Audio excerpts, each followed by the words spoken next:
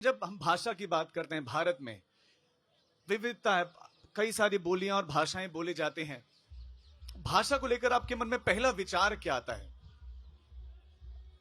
देखिए, जो बात आपने उठाई कि भाषा के सवाल और आगे आप जाने वाले हैं भाषा को लेकर बवाल तक, पता लग गया हमको कि आप कहाँ पहुंचने वाले हैं।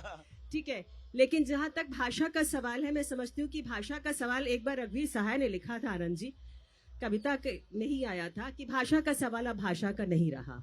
लेकिन मैं समझती हूँ कि भाषा का सवाल बहुत महत्वपूर्ण सवाल है, जिस पर आज आपने पूरा सत्र रखा है। क्योंकि भाषा जो है, भाषा की जो संरचना होती है, उसके सामाजिक सांस्कृतिक स्रोत होते हैं, और वो किसी भी देश की जो समुदाय उसको बोलता है, जो जाति उसको बोलती है, जो समाज उसको बोलता है, जो देश उसको बोलता है, उसके वजूद का हिस्सा बन जाती है। क्या मैम हमें भाषा को और संस्कृति को एक करके देखना चाहिए या अलग अलग? बिल्कुल, एक करके। भाषा आपकी, हम जिन ढांचों में हम भारतीय अपने को पहचानते हैं, उसमें जो ढांचा है, भाषा भी है, संस्कृति भी है। लेकिन इनमें थोड़ा सा आप ये समझ लीजिए कि अगर किसी देश की संस्कृति खत्म हो जाए लेकिन भाषा अगर बची रहेगी, तो संस्कृति भाषा के माध्यम से फिर पुनर्जीवित हो जाएगी। लेकिन भाषा अगर खत्म हो गई तो आपका अस्तित्व नहीं रहेगा। आप तो मैम बहुत महत्वपूर्ण पदों पर भी है। क्या भविष्य लग रहा है आपको हमारे देश में भाषाओं का और बोलियों का? भाषा और बोलियों का अगर मैं देखूं कि कई तरह की सोच है ना, लेकिन जो हम ये मान के चलते हैं, जो मेरा मानना है कि भारत जो है बहुभाषी देश है, बहुत सारी भाषाएं हैं। हम अलग अलग प्रांतों में बसते हैं, हमारे रीति रिवाज अलग हैं, हमारा खान पान अलग है, हम अलग अलग भाषा बोलते हैं। लेकिन अगर आप देखें तो यहाँ कोई इस तरह की बात होनी नहीं चाहिए किसी तरह की, क्योंकि हर भारतीय भाषा का अगर आप देखें, उसके रचनात्मक स्रोत की अगर बात करें, तो हर भाषा का जो साहित्य है अपने रचनात्मक स्रोत के लिए वो एक ही जगह जाता है। वेद पुराण उपनिषद की तरफ हम लौटते हैं, वहीं पहुंचते हैं, है ना। जो कोर है, सांस्कृतिक बोध है, जो है हर भाषा का एक तरह का है। आनंद सर, यहीं से आगे बात को बढ़ाते हुए, अच्छा माइक,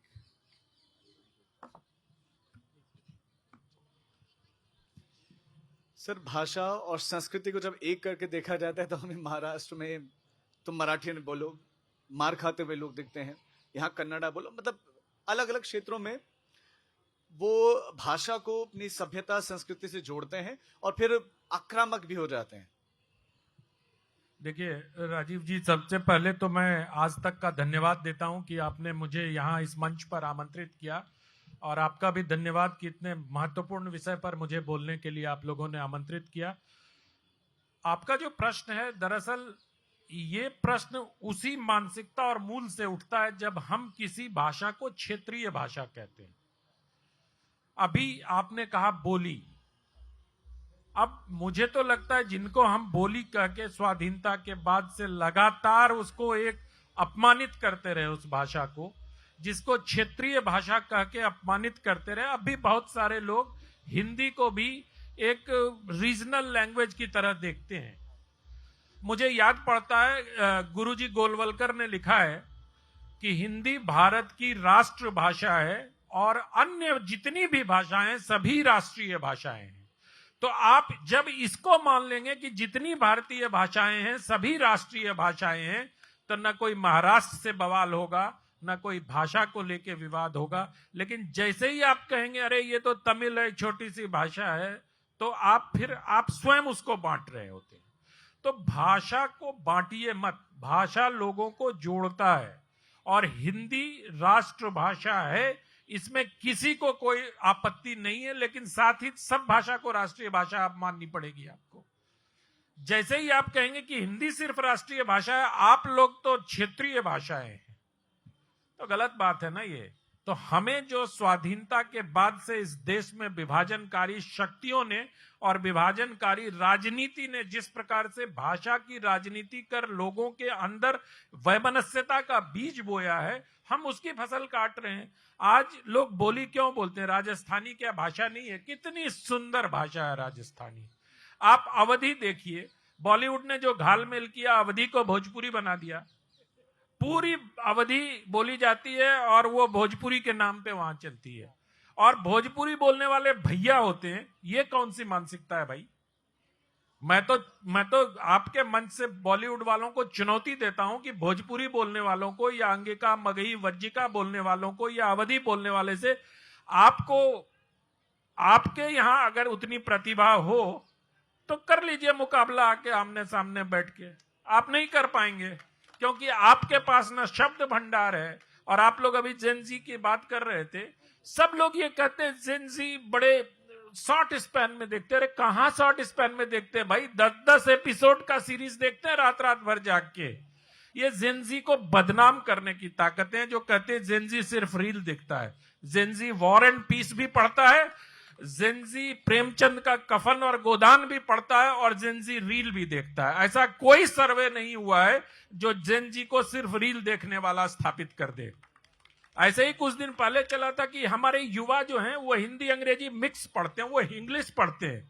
मैं उनसे कहता हूं, कोई चुनौती देता हूं कि कोई ऐसा सर्वे दिखा दे। दरअसल ये लोग युवाओं का अपमान करते हैं, जो ये कहते हैं कि उनको न हिंदी समझ में आती है न अंग्रेजी समझ में आती है, वो मिक्स भाषा समझते हैं। अरे अपनी कमजोरी को युवाओं पे क्यों लादते हो भाई? मैं सिर्फ इतना कहता हूं, भाषा बहने दीजिए, भाषा को शुद्धतावादी मत बनाइए। उसमें मैथिली के शब्द भी आएंगे, हिंदी में ब्रज के शब्द भी आएंगे, अवधि के शब्द भी आएंगे। सारे शब्दों को आने दीजिए और समेटिए। और तब गंगा जिस तरह से वहां से गोमुख से निकलती है और बंगाल की खाड़ी तक जाती है, सबको समेटते हुए, लेकिन गंगा का पानी कभी 6 महीने रख दीजिए, वो गंदा नहीं होता, उसमें कीड़े नहीं पड़ते। वैसे ही भाषा भारत की है, जो ऊपर से चलती है और नीचे तक जाती है। कितने सालों बाद परख लीजिए, उसमें कोई भ्रष्टाचार नहीं होता। भाषा पर जब विवाद होता है तो उसे आप फिर कैसे देखते हैं? वो राजनीति का हिस्सा है राजीव जी, पॉलिटिक्स। वो सिर्फ और सिर्फ राजनीति में। एक छोटा सा कुमुद जी बैठी है, उदाहरण देता हूं आपको। भारतीय शिक्षा नीति आई है अभी, राष्ट्रीय शिक्षा नीति, त्रिभाषा फॉर्मूला उसमें आया। अब त्रिभाषा फॉर्मूला क्या है? अब लोगों से पूछिए, भ्रम फैलाया गया। राष्ट्रीय शिक्षा नीति जो 58 पेज का दस्तावेज है, उसमें कहीं भी हिंदी शब्द का उल्लेख नहीं है। पूरे डॉक्यूमेंट में भारत सरकार इतनी सावधान थी, बल्कि मैं कहूं कि डरी हुई थी कि राजनीति ना हो जाए, हिंदी शब्द का उपयोग ही नहीं किया राष्ट्रीय शिक्षा नीति में।